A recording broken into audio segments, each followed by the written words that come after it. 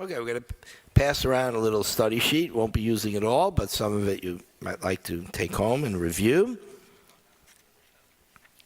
So, this coming week, not only the new month of Sivan, but also Yom Yerushalayim, Jerusalem Day.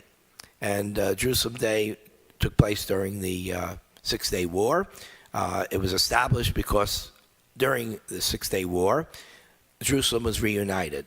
We all seen the pictures, the scenes, when the Israeli armed forces were able to enter the old city and recapture the city that had been split in 1948, when the war ended with the old city separated from the new city and the no man's land, where you couldn't walk because there were snipers, right near the King David Hotel and the Hilton Hotel, which is not a Hilton anymore. Somebody else bought it. You can't keep track. Every few years, it's a new owner. And that was a no man's land. In fact, if you walk by some of the buildings, the bullet holes can still be seen from 1948 and during the period from 60 till 67. So once Jerusalem was recaptured, reunited as one city with equal access to synagogues, mosques, and churches were all guaranteed and enforced by the Israeli army to maintain peace there and give everybody access to their holy sites. The Knesset decided to declare it as a day of celebration, an official day on the calendar, Yom Yerushalayim. So I thought we'd take a look a little bit about Jerusalem, which I mentioned last night. I gave them an assignment. I said, go home and Google how many times Jerusalem appears in the Hebrew Bible. And don't print it up because it'll take a lot of pages. There's somewhere like 300 or 400 references to Jerusalem, right? And then I said, then go Google how many times Jerusalem appears in the Quran, right? Well, you won't need any paper in your printer because it never appears in the Quran. Now, that doesn't mean that the Muslim world doesn't have a strong attachment to Jerusalem. They do. There is an attachment to Jerusalem. But it started a little bit 2,000 years after our attachment began. So they refused to recognize our attachment. They destroyed every single synagogue in the old city when they captured it in 48, and they also destroyed the cemetery there and had to be rebuilt after 67. But Israel recognizes the attachment, obviously, of the Jewish people of over 3,000 years to Jerusalem, the attachment of the Muslim nation, which that developed after the year 600 of the Common Era, and an attachment clearly that Christianity has to it because of the churches that are built, especially on the Stations of the Cross. So all three religions have a very strong connection to this city, and the only time that all three religions have had their connection respected and protected has been during the history of the State of Israel. Before then, there was never, ever equal access or safe access to the different holy sites in Jerusalem.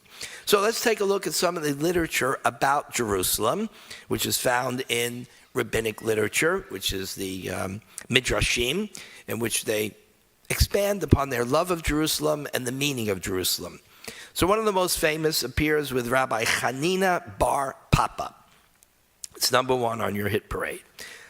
So what did he say? He said, the Holy One wished to confine Jerusalem with indefinite measurements. For it said, then said I, where are you going? And he said to me, to measure Jerusalem, to see what the breadth thereof is, and what is the length. So Zechariah, a prophet who lived during the Second Temple times, after the temple had been rebuilt, and he's referring to, I have to measure Jerusalem, right? You have to measure Dade County. You have to measure Aventura. Everybody knows this is the border, and this is the end of the city, and then the next street you pay different taxes, okay? So thank God we're on this side of Aventura, so we're not involved in their taxation, but we're part of Miami-Dade County. Every country has a border. Every city has a border. Borders are what maintain peace in the world. But the ministering angel spoke up before the Holy One, Master of the universe, you have created in your world many cities for the nations of the earth. You did not fix the measure of their length and the measure of their breadth. Yet now for Jerusalem, in whose midst your name, in whose midst is your sanctuary, in whose midst are the righteous, you're going to fix a measure. So the complaint is, the angels say, wait a second, God, you didn't go around fixing the borders. You didn't do that. That developed over history. What are you doing here? Why are you getting involved, God? Rabbis do that a lot. They say, what's your business? You gave us this world. We're supposed to run it. We're doing the best we can according to your Torah. Why are you getting involved in the details? You're going to tell us the borders, the length of Jerusalem and the width? Thereupon one angel speaking to another said to him, run, speak to this young man, saying, Jerusalem shall be inhabited without walls, for the multitude of men and the cattle therein. So what they're saying here is, Jerusalem might have legally a boundary, but Jerusalem is an idea. That's what the rabbis are saying. Ideas have no boundaries. Physical cities do. So you have to see Jerusalem as a municipality. Right? They have a mayor. They have borders. They keep on expanding their borders because they need more taxes. So they keep on annexing cities that surround them, neighborhoods. But the rabbis are saying, when we talk about Jerusalem, we're also talking about an idea. The city of peace, the city of David, the sovereignty of the Jewish people. That's what Jerusalem represents. So God is saying you have physical borders that you have to have. But understand that Jerusalem is an idea that spreads throughout the entire world, and there are no limits to that idea. So now the rabbis have turned it into an idea, a philosophy, as well as a physical city. In the second midrash, also truly one of the most beautiful ones about Jerusalem, 10 measures of beauty have come down to the world. Jerusalem took 9, and the rest of the world got 1. Right, so Jerusalem, which by the way, in its heyday, during Herod's time, was considered one of the wonders of the world. His building skills, wasn't the nicest guy in the world, but he could build. He was a good builder. And the city was one which everyone adored, which everyone wanted to visit. It was a magnificent city with the Holy Temple and the expansion of the Temple Mount. It was an amazing, amazing, beautiful place. And it's nature, its natural beauty is there in the hills of Judea. And of course, the Jerusalem stone with the sun shining on it, and it looks like gold. So the rabbis say, Jerusalem got 9 measures of beauty in the world. The rest got 1. There's beauty in the world, but nothing like Jerusalem. You will find no beauty like the beauty of Jerusalem. Then the rabbis went on, 10 portions of suffering are in the world, 9 to Jerusalem, and 1 to the rest of the world. So they flip it. They say, one of the problems with having a city that is beautiful, a city that is great, a city that has an idea and a philosophy, is that you attract attention and you attract those who wish to attack you and conquer you and destroy your idea and take over the physical city.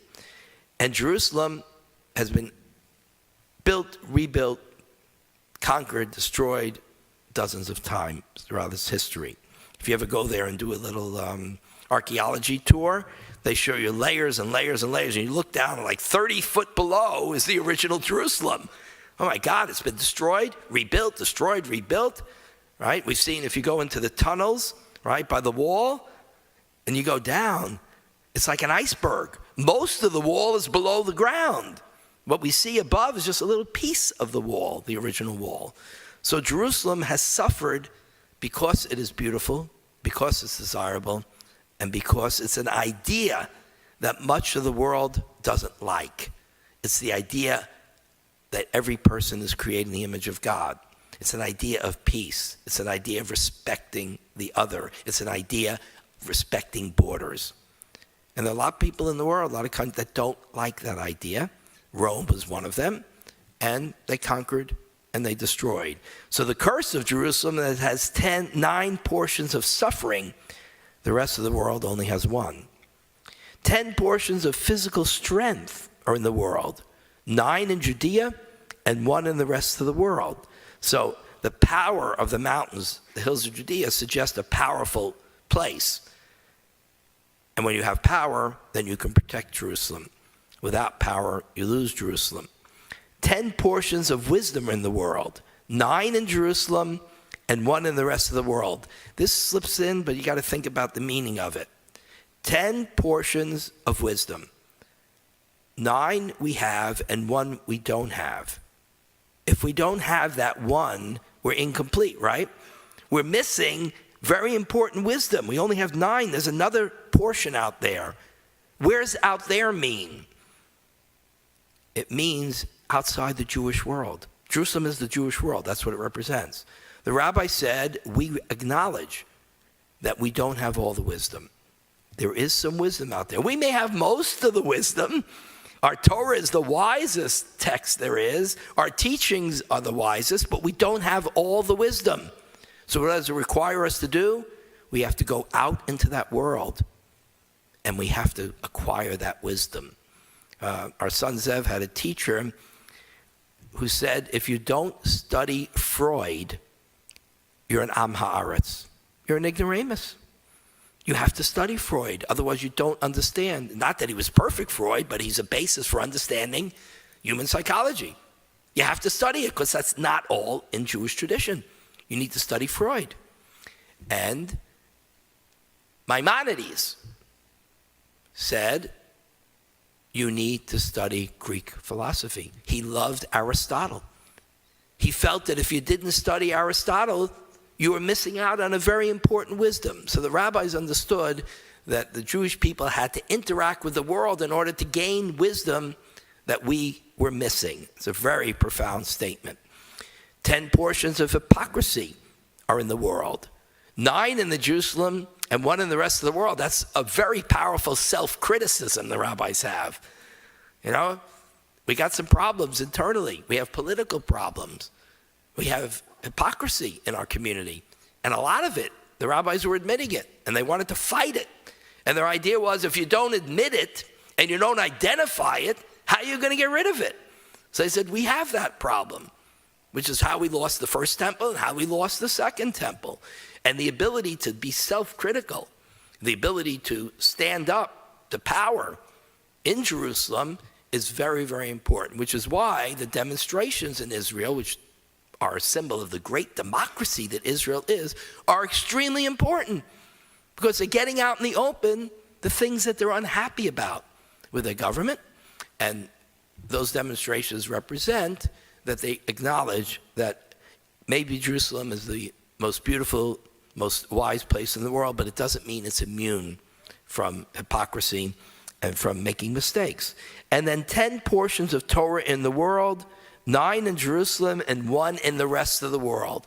In other words, we don't have all of God's Torah. We don't have it. Others have it. We have to give that Torah to others, and we have to learn from them. So one more. Rabbi Joshua ben Levi, on the flip side, said, Jerusalem that is built as a city that is compact together, a city that makes all Israel feel the fellowship that binds them together. Jerusalem is the center of the universe. They call it the belly button of the world, the navel of the world. It is the center of the Jewish world. In Israel, it's the center physically and spiritually. And we know that because what does every Jew do when he's davening, when he or she is davening in the world? We face Jerusalem. What happens when you're in Israel? We face east. What do? When you're in Israel, you face Jerusalem. So if you're in the north, you face south. If you're in the west, you face east. If you're in the south, you face north. What do you do if you're in Jerusalem? You have to face the wall. Right? You face the old city, you face the wall. So what happens is, if you had to draw it, if an artist drew it for us, we'd have the whole world, right, looking towards Jerusalem, and then everyone in Israel in a circle looking towards Jerusalem, and then everybody in Jerusalem in a circle looking towards the Western Wall. Right? So Jerusalem is emotionally, spiritually, the center of the Jewish world, and in Israel, it's emotionally and physically the center of the Jewish world. So those are some lessons about Jerusalem. The others you can look through. They're all beautiful midrashim for Jerusalem. The one that says Jerusalem is destined to become the metropolis of all lands. Somehow, this tiny little city in that tiny little land is on the front page of every newspaper every single day. It really has become the center of the entire world's concern and thinking. And to a certain extent, that's good. To a certain extent, it's very bad. We don't need to be the center of attention all the time, but the rabbi said it's going to happen. Jerusalem is going to be the center because from Jerusalem is where Torah comes from. And there's a lot of people in the world who don't want Torah. They don't want justice. They just want power. They don't want speaking against power. They want power to control everything. And Jerusalem, symbolically, Torah says, no, you can't enslave people. Pharaoh can't enslave the Hebrews, and you can't enslave your nation, and you can't squash ideas, and you can't squash dissent. You have to have an open society, and there are those who hate Jerusalem because of that teaching. So enjoy Jerusalem Day this week. We'll add some special prayers in our daily minyan when we celebrate it. And we continue with the Musaf service, Chatzi Kaddish, page 184. Please rise.